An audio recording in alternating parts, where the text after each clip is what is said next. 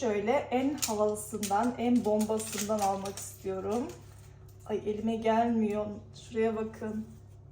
Baloncuklara bakar mısınız? Çıtır çıtır bakın sesi. Of. Herkese merhaba, mutfağıma ve kanalıma hoş geldiniz. Bugün sizlerle birlikte gerçekten tadına doyamayacağınız inanılmaz çıtır çıtır ve inanılmaz lezzetli börek tarifimle geldim. Çok heyecanlıyım. Sonuca hayran kalacaksınız. O yüzden bir an önce hemen tarife geçmek istiyorum. Öncelikle böreğimizin hamurunu hazırlamakla başlıyoruz. Büyük bir cam kaseye 2 su bardağı su, 1 tatlı kaşığı kuru maya ve 1 tatlı kaşığı şeker ekledikten sonra biraz un ekliyorum ve 1 tatlı kaşığı da tuz ilave ediyorum. Bütün malzemeleri homojen bir şekilde el çırpıcı yardımıyla karıştırıyoruz.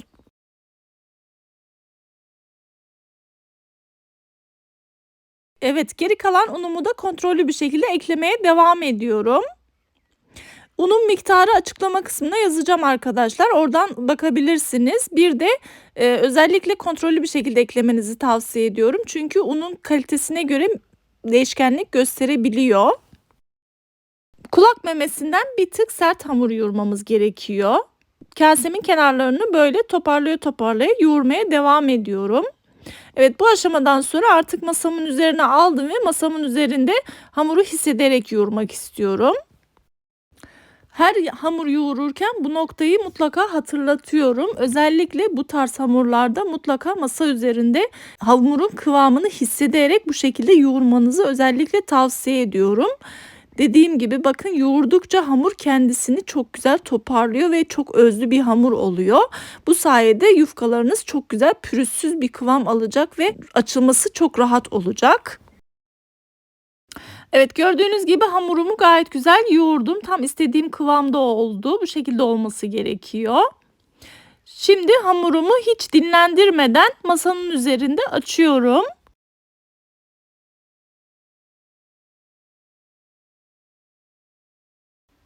Burada bir hatırlatma yapmak istiyorum arkadaşlar. Eğer videomu sonuna kadar izlerseniz beğenmeyi ve bir sonraki videolarımdan haberdar olmak için bildirimleri açıp kanalıma ücretsiz abone olursanız çok mutlu olurum. Bir de beni diğer sosyal medya hesaplarımdan da takip etmek isterseniz eğer aşağıya linkini bırakacağım. Oradan ulaşabilirsiniz. Yorumlarınızı da çok merak ediyorum. Beni yorumsuz bırakmayın inşallah. Özellikle bu böreği yaptıktan sonraki yorumlarınızı mutlaka benimle paylaşırsanız çok sevinirim. Evet arkadaşlar, gördüğünüz gibi hamurumu açtım ve rulet yardımıyla bu şekilde kareler halinde kesiyorum. Ayrı yerde de bir kabın içine 1 çay bardağı sıvı yağ ve 100 gram eritmiş olduğum tereyağımı ekliyorum ve kestiğim hamurları içine batırıyorum bu şekilde. Evet, iki taraflı yağladıktan sonra üst üste diziyoruz. Evet, gördüğünüz gibi hamurlarımı dizmeye devam ediyorum. Bu hamurları dizdikten sonra yarım saat bu şekilde yağın içinde bekleyecek. Evet, hamurlarımız beklerken biz şimdi böreğimizin iç harcını hazırlıyoruz. Bunun için rondonun içine benim küçük soğanlarım vardı. O yüzden 3 adet kullandım. Eğer siz varsa bir büyük soğan kullanabilirsiniz. 1 diş sarımsak, 2 tane kıl biberi. Bu aşamada kırmızı kapya biber kullanmanızı tavsiye ediyorum. Bende yoktu, o yüzden ben biber salçasını bir tık fazla kullanacağım. Evet, 1 adet büyük boy domates, yarım demet maydanoz. Evet, tüm malzemeleri koyduktan sonra rondomun kapağını kapatıyorum ve çalıştırıp incecik şekilde kıyıyorum.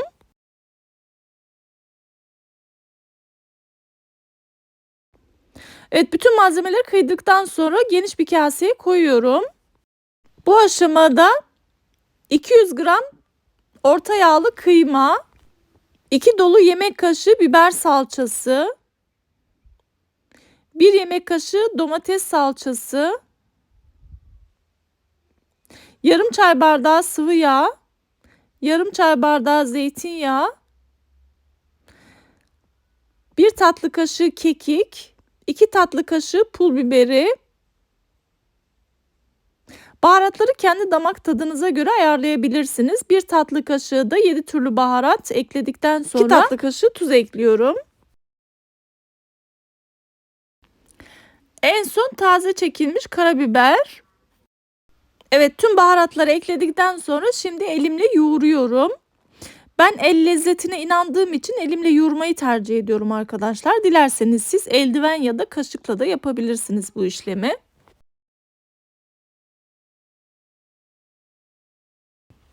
Evet, gördüğünüz gibi iç harcımı çok güzel yoğurdum. Bakar mısınız? Kıvamının bu şekilde olması gerekiyor. Sürülebilir bir kıvam olması gerekiyor. Gerçekten çok lezzetli bir iç oluyor. Bu içi hem pidelerde hem de lahmacun üzerine de kullanabilirsiniz. Çok yakışıyor. Evet, şimdi böreklerimizi yapmaya geçiyoruz. Gördüğünüz gibi bir parça hamurumu yağın içinden aldım. Merdane ile bu şekilde incelttim. Şimdi elimle açmaya devam ediyorum. Bu aşamada açabildiğiniz kadar çekiyorsunuz hamuru arkadaşlar. Çektikçe çok güzel açılıyor, görüyorsunuz siz de. Hamurum gayet güzel dinlendi yağda. Bakar mısınız? Zar gibi açılıyor tabiri caizse. Evet, gördüğünüz gibi hamurumu iyice açtım. Şimdi karşılıklı olarak bir ucunu ortaya topluyorum bu şekilde. Diğer ucunu da onun üzerine atacağım. Evet, böreğimizin katlama işlemi bu şekilde oluyor. Katlayarak bu kare haline getirdikten sonra içimizden bu şekilde koyuyoruz ve biraz bastırdıktan sonra kenarlarını ortada topluyoruz. Ve fırın kağıdı sermiş olduğum tepsime yerleştiriyorum. Burada hamuru masadan alırken dikkatli olmanızı ve balonların sönmemesine dikkat edin. Bakar mısınız? Puf puf balon gibi oldu resmen. Gerçekten çok güzel bir börek oluyor. Dikkatli bir şekilde yerleştirmenizi tavsiye ediyorum. Oklava kullanmadan kesinlikle rahatlıkla açıp yapabileceğiniz bir börek. Çok pratik. Evet, artık bu aşamadan sonra videomu hızlandırıyorum arkadaşlar.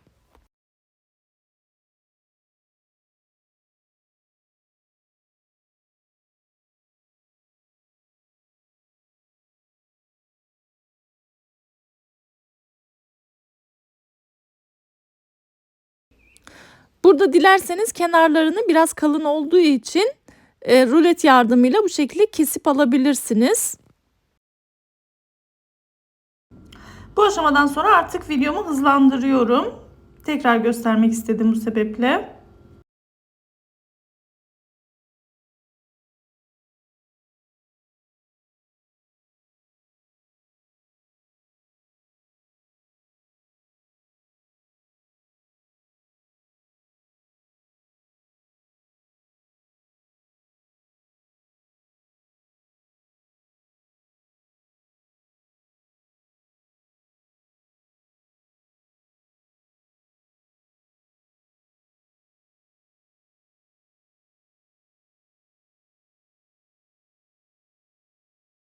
Evet arkadaşlar, gördüğünüz gibi tüm hamurlarımı açtım. Bu şekilde böreklerimi yaptım.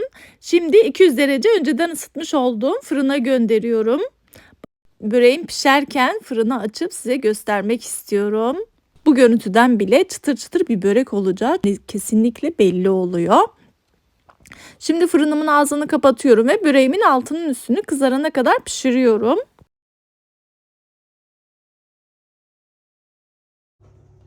Evet arkadaşlar, gördüğünüz gibi böreklerim pişti. Bakar mısınız görüntüye? Şu baloncuklara bakar mısınız? Gerçekten çok güzel görünüyor. Böyle milföy hamuru gibi görünüyor. Şu an gerçekten tadına bakmak için sabırsızlanıyorum. Hemen şimdi sizin için şöyle en havalısından, en bombasından almak istiyorum.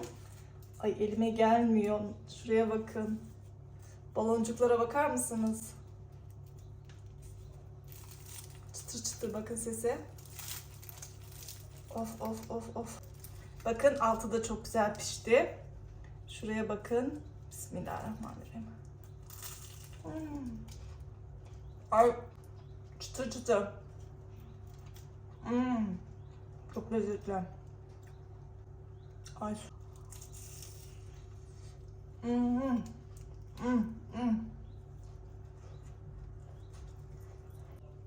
Hem hamur çok güzel pişmiş, hem de harcı da kesinlikle çok güzel pişmiş. Böyle ıslak ıslak, asla kuru değil.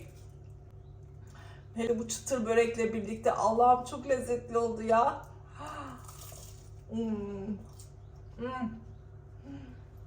Anam süper. Bunu var ya ayranla birlikte inanılmaz lezzetli bir şey. Misafirlerinize özellikle diyorum ki kesinlikle yapın. Yani ne 10 puanı ne 20 puan, 1000 puan alırsınız, onu söyleyeyim size. Gerçekten çok lezzetli ve görünüşü zaten harika oldu. Dilerseniz bunu küçük de yapabilirsiniz. Ben bu boyutlarda yaptım. Ama inanılmaz havalı görünüyor böyle. Milföy hamuru kıvamında. Ama lezzeti zaten...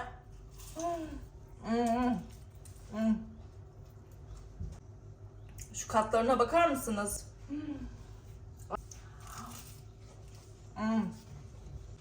Çok güzel. Gerçekten çok güzel. Evet arkadaşlar, bugün de sizinle birlikte bu lezzetli börek tarifimi paylaştım. Bir sonraki yeni ve farklı tariflerimde görüşmek üzere. Allah'a emanet olun. Hoşça kalın.